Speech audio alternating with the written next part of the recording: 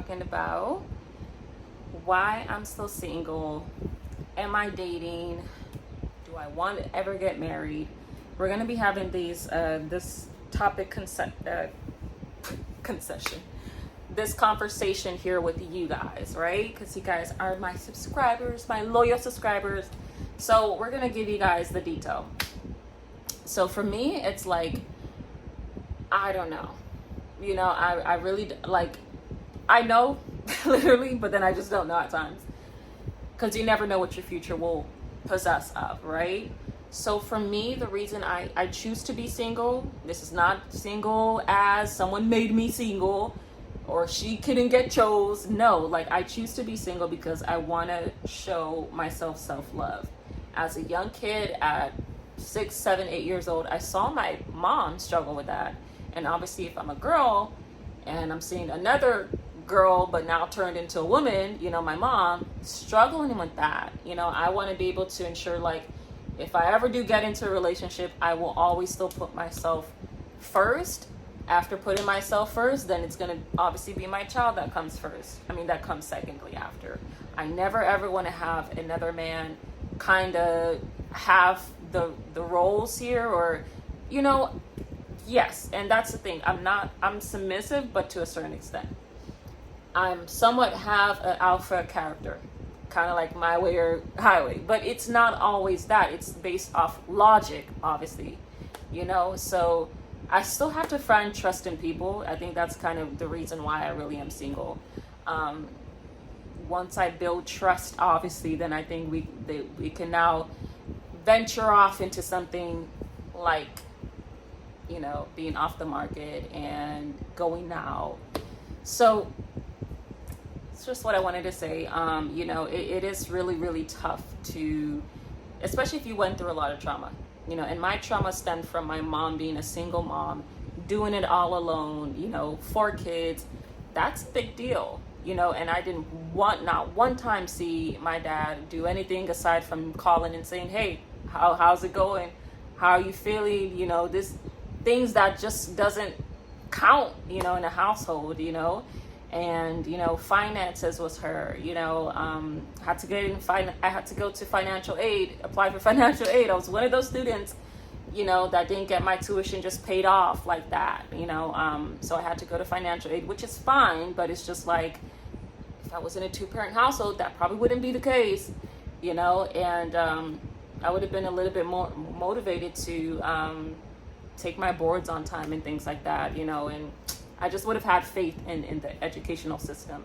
I do have 2 degrees, which is great, but it's just like, it's just, you know, it's sometimes a degree doesn't give you all of the resources you need, right? Like if you want to drive a Ferrari, if you want to drive a Lamborghini, if you want a G-Wagon, how the hell can you achieve that from a regular 9-to-5 job, you know? So it's just, I guess it played out for the best because, you know, obviously now I'm in a business mindset. I know I'm a go-getter. I know how to just go get it for myself. And I love that I could use my childhood as an example and seeing how a single mom of 4 was able to still get it done. We never ever got evicted. Miraculously, we never got evicted from our homes when we were renting. And yeah, it just, everything just played out for the best.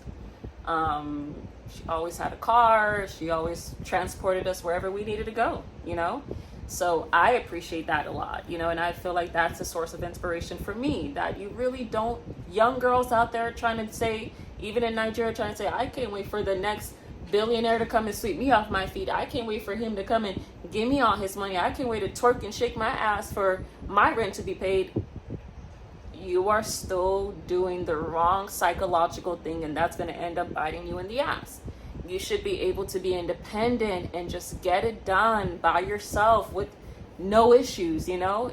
Apply for a job, you know. When I was growing up in Houston, Texas, me and my friend, we were working fast food jobs. She was working at Jack in the Box. I was working at Waffle House, and I also had a side job at Target, you know. I think even one customer commended me, and she was like, wow.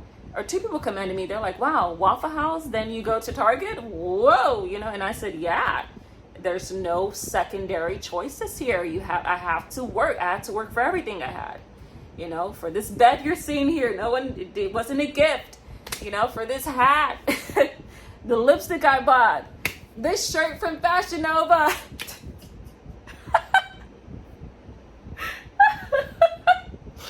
You know, but you have some women that just have to sit on their ass and sleep with their spouse every day, and they have cha-ching in their bank account. And what that tells me is that there's a deficit in your learning algorithm or your learning span. You're not intellectual, you know, because if you're smart, you know, you don't have to use his. You can just use your own money, you know. Money is something that kind of literally grows on trees if you really know how to apply yourself, or not even apply yourself, if you really know the dynamics of how money works, right? It can literally grow on trees. You can have thousands, hundreds of thousands of dollars if you get into the right skill set. Some people do Shopify, some people do Amazon, some people do different YouTube, you know, a video can literally pay their, you know, their mortgage off, you know. So it's just, when I see women that rely on men, or they say, this is how we do our finances. I spend all of his, I use mine for coffee and drinks, or he pays all the bills, I spend, you know, it's just like, it's such a short fused mindset that I see there. It shows that, okay, you have a deficit, not that your IQ's low. It could probably relate to you having a low IQ. I think that's a little harsh to say, but it just means you're not as intellectual as an average, or not even an average woman probably doesn't even know how to make her own money, but you're not as intellectual as others that are making it. Because there are some women out there that are not relying on any man, you know. Some will never say, okay, yeah, I'm sleeping for the man for some money. But some would, you know, that are doctors that are making it for themselves, that are paying their own mortgage, you know, like, you know, what do you say to that? Would you say a man is the source of their smartness, or or gave them a license, a free license? Like, you know, like, the reason I keep saying license is because it's really, really hard to fake your intelligence when you have to sit for your boards and write your license, right? And pass your exam to be licensed. That's not something a man can give you. No job is going to give you a job or pay you if you're not licensed and you don't know certain parameters of things to do. You know, for instance, attorneys have to take a license exam. Nurses, doctors, surgeons, you know, so this is something where you cannot fake it till you make it. You have to know this specific material, and that does ultimately lead to your success, because you're marketable. People want to hire you, you know, when you're a nurse and you've passed your boards, and, you know, yeah. So that's where I kind of say, like, there may be a short fuse with women that feel comfortable staying at home and just accepting their income from their spouse, you know, like, that's your salary. Like, girl, you could be doing a lot more than just staying at home and, you know, cleaning the baby diapers and things like that, you know. So that's just one thing I wanted to put out there. But back to why I am single is because men, they have a way of just lying. Men are sometimes not trustworthy. Sometimes they are trustworthy. And, you know, sometimes it really is just, it's hard to go about it. You know, it's hard when you have a man that probably is a boy mom, or you have a man that has feminine characteristics, or you just have a lot to deal with. Like, women, we know how to deal with any kind of problems, right? Because we're moms, you know, it's an innate experience, an innate feeling to always want to sacrifice what you have for the better of someone else. You know, so that's, and I think in some terms, and sometimes in return, we want men to kind of give us all their money and do this, and it's like, it feels good, but it kind of just shows how dumb you are, and, you know, in some ways, because you should, if you're smart, you know, you should know how to do these things. You should know how to be financially stable, you know. So that's just one thing that I've noticed, you know, with a lot of women. No one owes you anything, right? So if you have a child, that's God's gift. That's a gift right there. A kid is always a gift, you know, and not a man is gonna owe you, right? You owe yourself. You have to show yourself self-love. So I'm in that phase right now where I'm just like, self-love trumps everything else. I'm not gonna put a man before myself. And just to give you guys a briefing on my dating history, like, I've been in domestic violence situations. I've been in a situation where the first guy I dated, was basically controlling. He was, I think he was like Puerto Rican or something, I don't know. But I once dated him, and at first he was just telling me about his ex and this and that, and I'm like, okay, whatever. But he was like, he still wants to like be, pursue me, and let's be friends and let's go forward.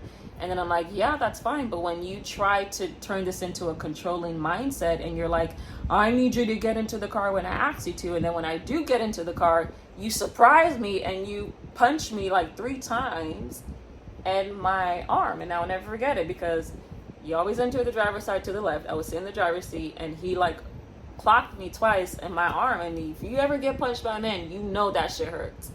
So that hurted me so bad. And I'm like, okay, I would like, even my friends were like, you gotta just cut whatever this is off, so the last time we spoke, I dropped him off. He wanted me to take him somewhere. I didn't even know why I was still being nice to him after he punched me. And he was like, sorry, but I'm like, you need to check your anger. You don't even have a job. You don't even have a car. So that's another thing. Like, I'm leveling up. If you don't have things that I have, it's not going to work out. It won't.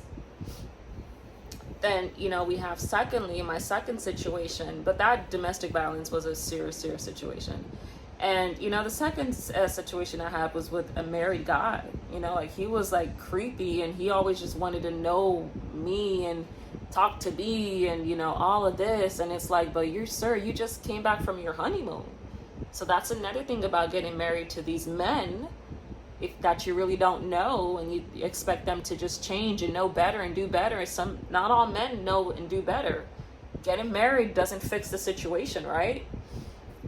That's why you see some men that are fine getting married 1, 2, 3, 4, 5 times, because they don't see any problems with themselves. They will never go to therapy.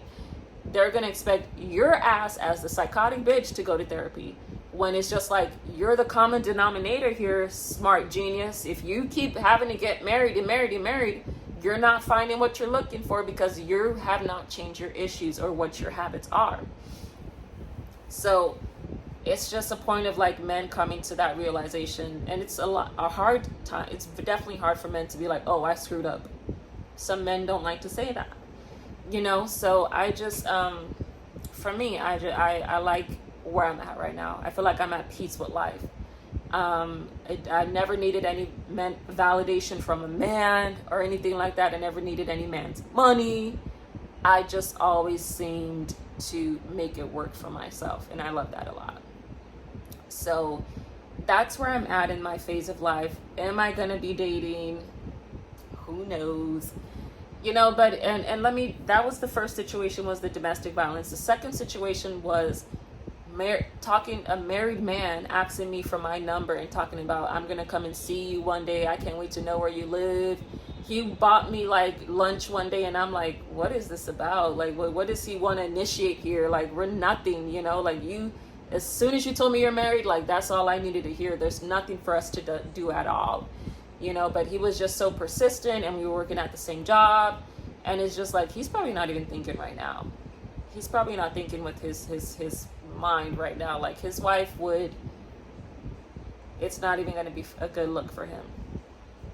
Then the next guy, he wasn't married, thankfully, and this was like 2018. The last guy I ever dated, the last entanglement I ever had, was in 2018, and he wasn't married, but he had 2 kids. And the reason we just didn't work is because, 1, he was older than me. 2, like, you tell every woman the same things you told to me, you're telling all these women the same thing.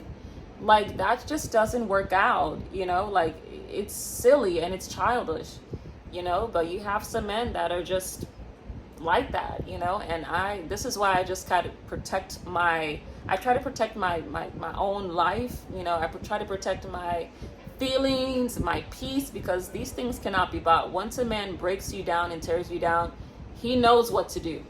There's men out there that know what to say, to make you feel happy for a moment or buy you a Chanel bag, but it just doesn't. Material things don't count when it comes down to sacrificing my emotions, my well-being to make, it's just not right, and it's not going to happen. So that's just why I am single. Am I open to date people? Obviously, yes. I'm not shutting down my future. Do Do I want to get married? Obviously not at this time. I don't want to be attached to anybody until I have exceeded all of my goals. Probably 2 years from now, I'll probably get married, you know, and it's something I want to do, but not a necessity. I don't need to get married to anybody that is just trying to look for their own benefits here. You know, I have to look out for myself as well.